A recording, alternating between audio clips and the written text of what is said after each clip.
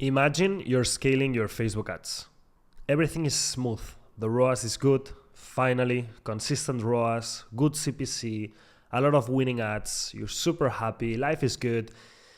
But all of a sudden, you wake up on a Saturday morning with your good coffee. You were very happy. But you see that your CTR is tanking. So the CTR is going down and down and down. It used to be 2% in the good times. Then last 3 days, it went down to 1.5. But today, it's already 0.8%. And you wonder, what do I do? So, because you know that if the CTR keeps on going down, it will absolutely destroy your ROAS. So, enough with the drama. In this video, I will help you learn how to fix the CTR. I'll provide a bunch of examples. I will help you fully understand the CTR metric and the role that it plays in the auction of Facebook, of Meta. So for example, you will understand how the CTR is conditioning your CPM. Bad CTR, high CPM. This and a lot more, and the goal is that this is the last YouTube video that you have to see about fixing the CTR. So watch it once, learn it forever.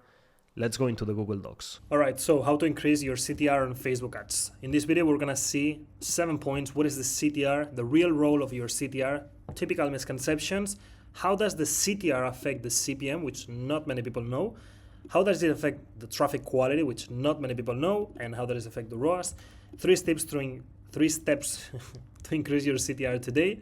And then we will see, we're gonna have a little bit of fun. We'll see 3 practical examples. So Fashion Nova, Rolex, Nike, we will see one ad and we will think, how can we increase the CTR in one ad, assuming that the CTR is bad in that specific case, and 3 typical mistakes. Pretty much a very complete video to fix your CTR and never ever have issues with it again, and you scale to 4%, 3% CTR, whatever it is that you want in your personal case.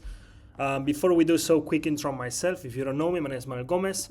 I'm a Meta Ads scaling expert, specialist. I've been to the Meta headquarters multiple times here in Europe. This is last couple of years on Facebook for only 3 brands, 3 e-com brands that I'm actively scaling. We spent $9 million. We made almost 32 million back in revenue, which is a ROAS of, I don't know, 3 point something, 3.5 or so. I'm actively in the trenches, right? So this is February 9th, spent 14K on ads, 52K, and tracked ROAS 3.7. So yeah, I'm actively in the trenches. I'm not making this video based on stuff that was working in 2020, as a few people do.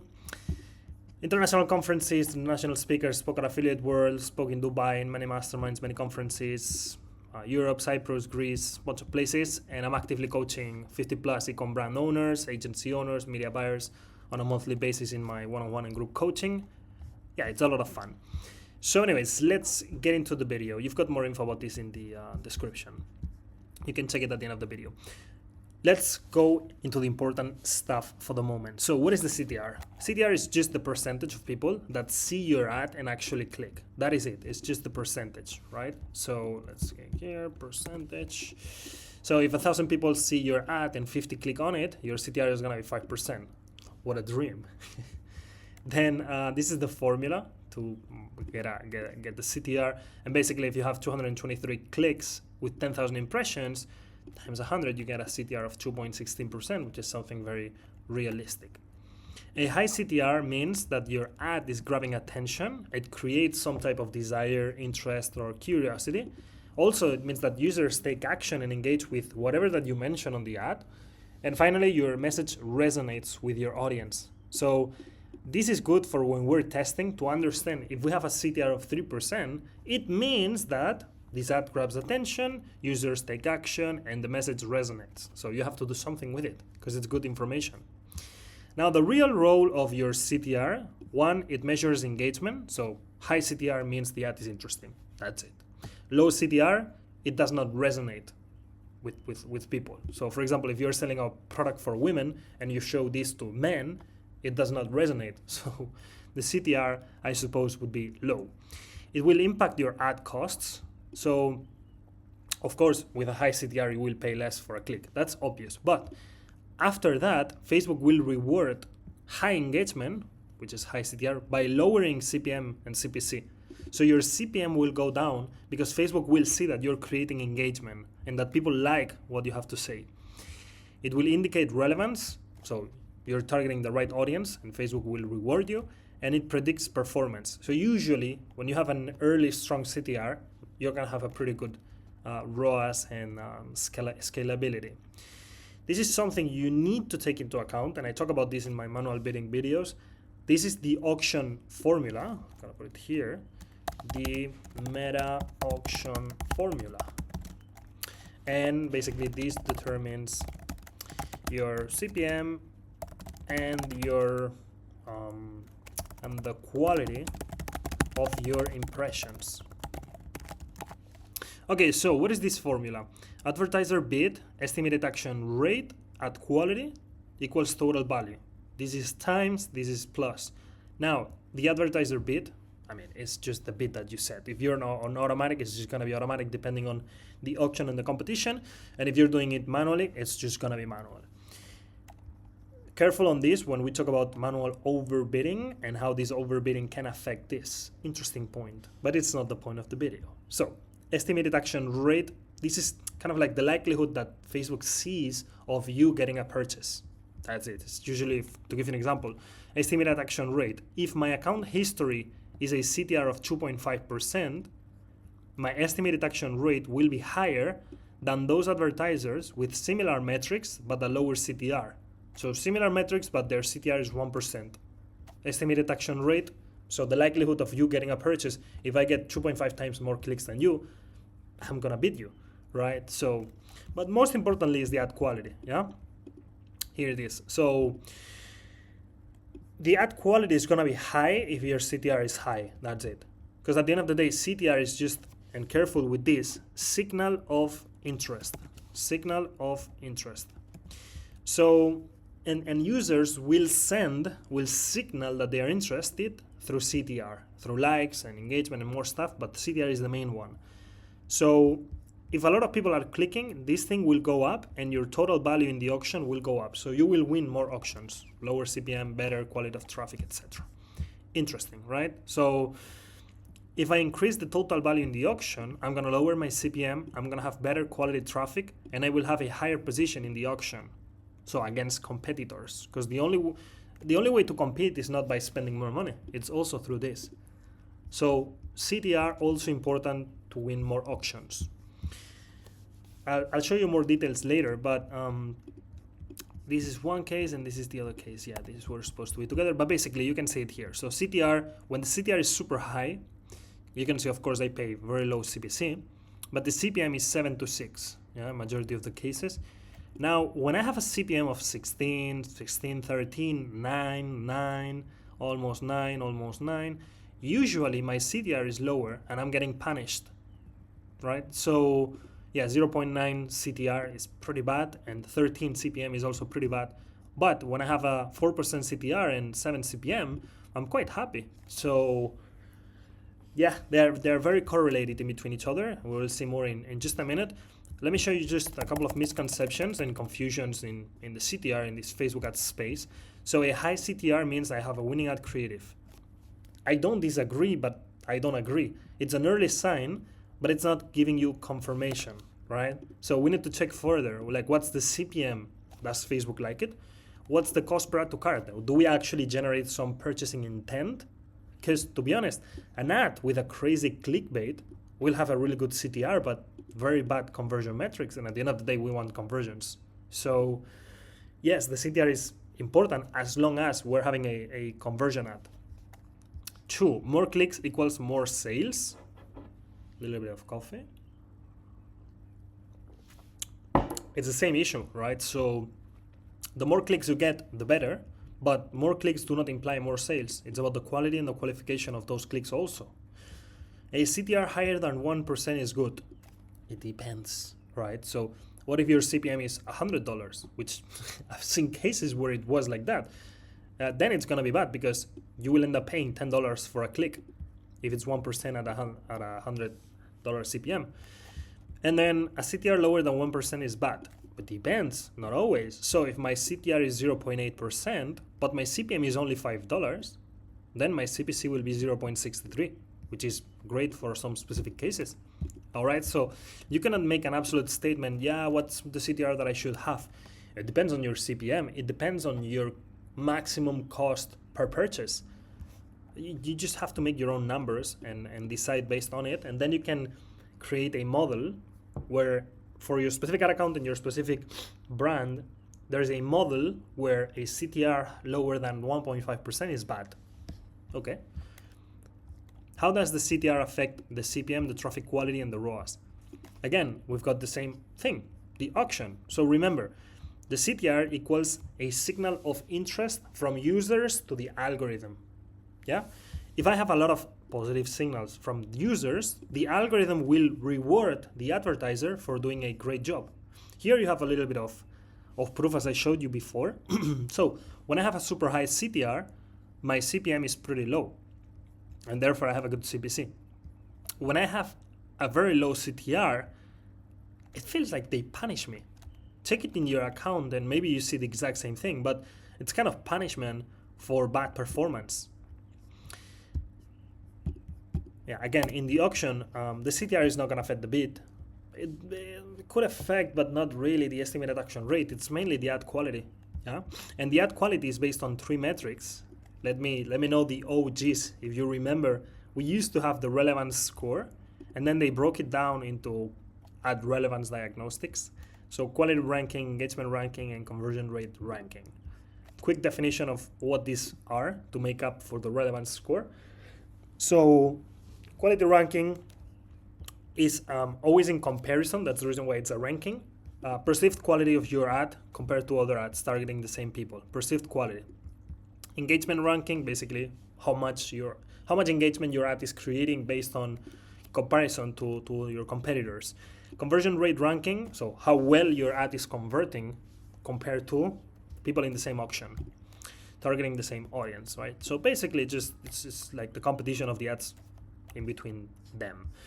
Now we can see this in here. I don't know if you'll be able to see it, or if I zoom in 2 times, you can see in this case, here are the rankings. You will not always be able to see this, but when you're able to see this, it gives you really good information. So you see, what's the CPM? Okay, look at this. CPM 29, first ad, and the second ad has a CPM of 46. Look at the CTR. CTR of 0.68 gives me a CPM of 29, okay? When the CTR goes down to almost half, 0.36, the CPM almost doubles. And you will see in all of these metrics, they all look the same, average, except for the engagement ranking, which is below average. It might say that nobody's clicking on my ad, because I have a CTR of 0.3, which is shit. And so here it says below average. So in the auction, I'm competing with people that have a much better CTR than I do, and so I'm getting shadow banned. This is a problem, right? Let's see this case. This column is ordered by CPM. Yeah, by CPM. And so when I have a CPM of 15, I've seen quality ranking below average. Okay? CPM of 12 below average. Average. But when I have all of them above average, you can see that the correlation is direct with good CPM. So really good CPM, above average. Really bad CPM, there's some problem. So below average. So really there is some type of correlation there that you can check in your own case with these relevance diagnostics. Let's say 3 steps to increase your CTR today. Step 1, artists copy, brands don't. So you basically want to innovate. I'm not going to tell you be the guy to tell you what, to increase CTR, you have to increase the contrast of your ad. No, I want to give you something insightful that makes you think. So most of the time, a surprise effect will translate into high CTR. Users get used to ad creative formats faster than you think. So I'll give you one example. With a brand, fashion, our collection ads were not doing incredibly well. And we flipped the script, quite literally. So we have the image of a model, collection ad, imagine a collection ad, square image, and down below you've got the dynamic images. So this square image on top, I wanted to play with that. And to play with it, I told them, give me the same image upside down. And so we had, let's say, like a girl, a model, like imagine model like this. So all of a sudden, if this was the model, then the model was like this in the image. So this creates a what the fuck effect when you're scrolling, and it makes you stop, which increases your chances of getting a click. And so creating, to be polite, we're gonna call it a surprise effect. To try to create a surprise effect by doing things like that and innovate, something that nobody has ever done. Yeah, because then the algorithm is, if you copy other people and it stops working, the algorithm is gonna punish you. So just make something different. Takes more effort, but that's the reason why it's worth it. The dopamine bridge method. So this is a type of ad creative, random name that I put in there, where you want to generate a spike in dopamine when the user receives the ad. So to do this effectively, and here we're assuming dopamine equals CTR. If you want to do this effectively, you need to know what is your target audience consuming on TikTok and Reels, and you need to know what triggers dopamine in their personal case. You need to study who you're selling to be able to sell them. So think about it, right? And if your ad produces no dopamine, it's boring, there's no CTR, there's high CPM. So you want to increase that dopamine. And think about it for, let's say, a group of women 18 to 25, dopamine triggers. Imagine. Aesthetic visuals, beauty hacks, glow ups, relationship drama, fast fashion. This is what they're probably consuming on TikTok. Women 25 to 40, motherhood, self-care, productivity hacks, home organization, and stuff about the kids. Makes sense. Women 50 plus, dopamine triggers, nostalgia, family bonds, wellness, simple joys, home decor. It just changes with the priorities that also change through time. So adapt your creatives to the organic content that is creating dopamine spikes in organic. That's something smart. Step 3, the ghost impression method. So this consists of making a non-interrupting type of ad, but yet ads that are smooth, simple, and effective, primarily images. It is a ghost impression. Why? Because when you don't have a UGC salesperson hard selling you a 3 reasons why you need one product with a high-pitched voice and text all over the place, you know those type of videos that sometimes we get delivered the same video UGC 3 times. And the 3rd time you're like, please shut the up and leave me alone. That doesn't happen if you make these smooth ghost impression images. It's not annoying, yet it blends into my user experience and it clearly communicates the product and the message. And here you have a few examples. Manière de bois. I don't know if you pronounce it that way, but you see there, like if I'm scrolling and I see a carousel and I'm like, oh, a woman, imagine I was a woman like me wearing some cool clothes. Okay, let me check it out. Boom, boom, boom, boom. Oh, nice. Keep on going. Nike, comfort you love. And then I see some sneakers. I'm like, cool. Keep on scrolling my social media. Then I say Gymshark and I see, I mean, it doesn't get more authentic than this or this. Like this could perfectly be an Instagram story organic. Doesn't look like an ad, right? So yeah, it really blends into the organic experience and it doesn't interrupt anything. Again, I don't have this UGC guy telling me, hey, if you're struggling with this, you really need to try this product and text high, it's just annoying, right? It's just annoying. So this does not annoy me. Let's see the practical examples to actually kind of take this into practical examples. So again, Fashion Nova. So I saw this ad in the ad library. I want you to make the exercise with me. If I imagine you were consulting Fashion Nova and they tell you we would like to increase our CTR, and they tell you this is the ad that we're running, how would you increase it? I'll give you 5 seconds. The CTR, how do we increase it? Mentally, what I do is, if I was a woman, let's say in the US, and Fashion Nova is targeting me with their ads, I would think about the reasons why I don't click. And one of the reasons why I would not click is because I don't know what they are selling. Are you selling heels? Are you selling this handbag? Are you selling this long sleeve t-shirt? Are you selling hair extensions? Are you selling these jeans, leggings, whatever? I don't know what you're selling. Fresh styles. What styles? Maybe I'm not right now in the mood for new heels because I just bought heels yesterday. Like basically, I don't know why I have to click. And so having split screen ads really solves this problem. So if you have this thing, it is very clear to me what you're selling. And this is an ugly example. I'm not a designer. Of course, in here, you could put the logo here, put some stuff in there, try to make both backgrounds match. Whatever, it's not my job. But you get the point. Like this, I can see how this looks on the front, on the back, and I can see a model wearing it. I could have two different types of bodies, so everybody relates. Because this would be like a, let's say, quote unquote, perfect body, goes to the gym, whatever.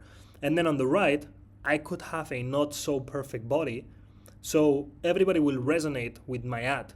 Both girls that have this body and the girls that have this other body. Smart. So if I appeal to more people and I let them know exactly what I'm selling, I will probably have a higher CTR. Clarity and trying to appeal to a lot of people.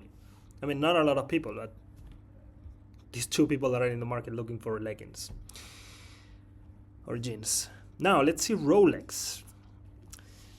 I put this case just to have some fun. Not necessarily, Rolex is not going for a direct conversion. They're not trying to sell watches online. And so they're just branding. But let's still do the example and see what we can do. This is a video. So in this video, the members of the Rolex family inspire dreams, blah, blah, blah. And then you've got actors, you've got golf, you've got horse riding, skiing, tennis, a little bit of everything, right? Too much of everything. And Rolex comes to you and they tell you, how would you increase my CTR? This is my video and I'm running this ad. There's one ad set and there's one video. And my CTR is 0.6%. What can I do? Because I can guarantee you, yeah, of course it's Rolex, but they are in performance marketing the same way that you are. They also have seasons where the CTR is really, really, really bad. So they also struggle. And now they come to you and they ask you, how do I increase my CTR? Think about it. It's a video.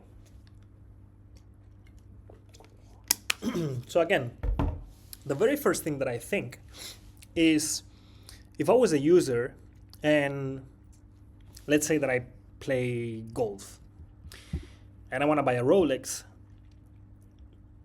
I would like to feel relevant and I would not like to be mixed with 300 other sports in the video that's targeting me to persuade me to buy a Rolex. Because I don't care about horses.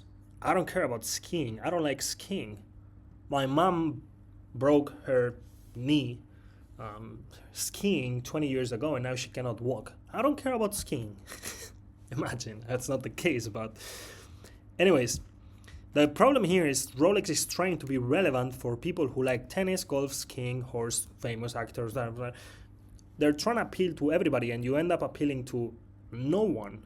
And so relevance equals separation. So basically, I would be doing a video for men who like extreme sports, men who like more chilled sports like golf, women who like this horse riding thing.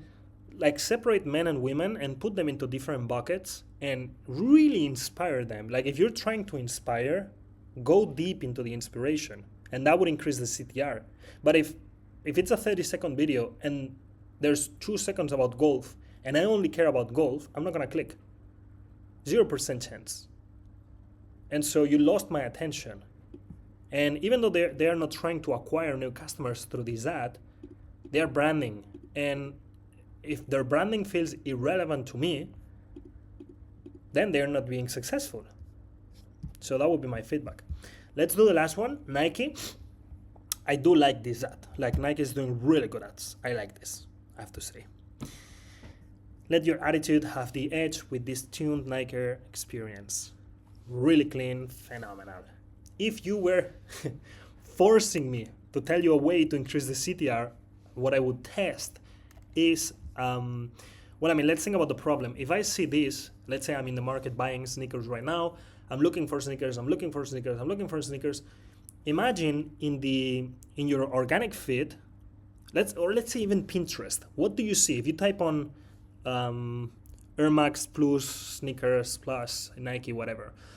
If you type that on Pinterest, my expectation is to see other men wearing this, so I can have an idea of how this will look in me. Or Instagram, my feed, stuff like this. I wanna see how this looks on jeans or sports clothes, short, long, in the gym, whatever. I wanna have an idea. But then if I just see this, there's no idea. Like, actually, I could ask you, is this for men or women? I don't know. Doubt decreases CTR. So these are the two things that I would be doing. And think about it when you see this. This clear target. This is like London type of guy, 16 to 26 or 28 years old, for men clearly, and more like urban lifestyle. This is more for women in some sunny place like LA. But of course, like, this thing does not fit LA. So when you are trying to be relevant, you're separating people. So hot sunny place, more dark, urban, kind of this type of clothing. It's different markets, but this appeals to women and this will appeal to men. And if you wanted to appeal to dads, you just put a different model and dads will know, this is for me. But if you just show this thing, the ad looks super clean, but I don't know who's this for. Or like, how does it look like? There's no anticipation. So I guess that decreases desire, and doubt kills CTR. So on the mistakes, as a conclusion, square format for vertical placements, absolutely avoid this. You will pay higher CPMs, nobody's gonna click, it's just ugly. So do vertical on stories and reels. No reason to click. You wanna provide a reason to click. Like, do they have to buy? If I see an ad of a full-on model with wearing a lot of products, and the ad says learn more, and there's no like new collection, new something, there's no reason to click. No clarity on what you sell or who is it for, and no clarity on what they have to do. So if you see this, CTR ends up being just about clarity. So yeah, that is it. I hope you enjoyed the video. Hope you find it really, really useful with the examples, and hope you now have like a different framework to approach the CTR, and whenever it goes down, you can come back to this video and kind of fix it. And if it was useful, I hope you subscribed. Would highly appreciate that, and leave a comment with your feedback or with any question. I reply to all comments, and I will see you on the next one. Bye-bye. Peace.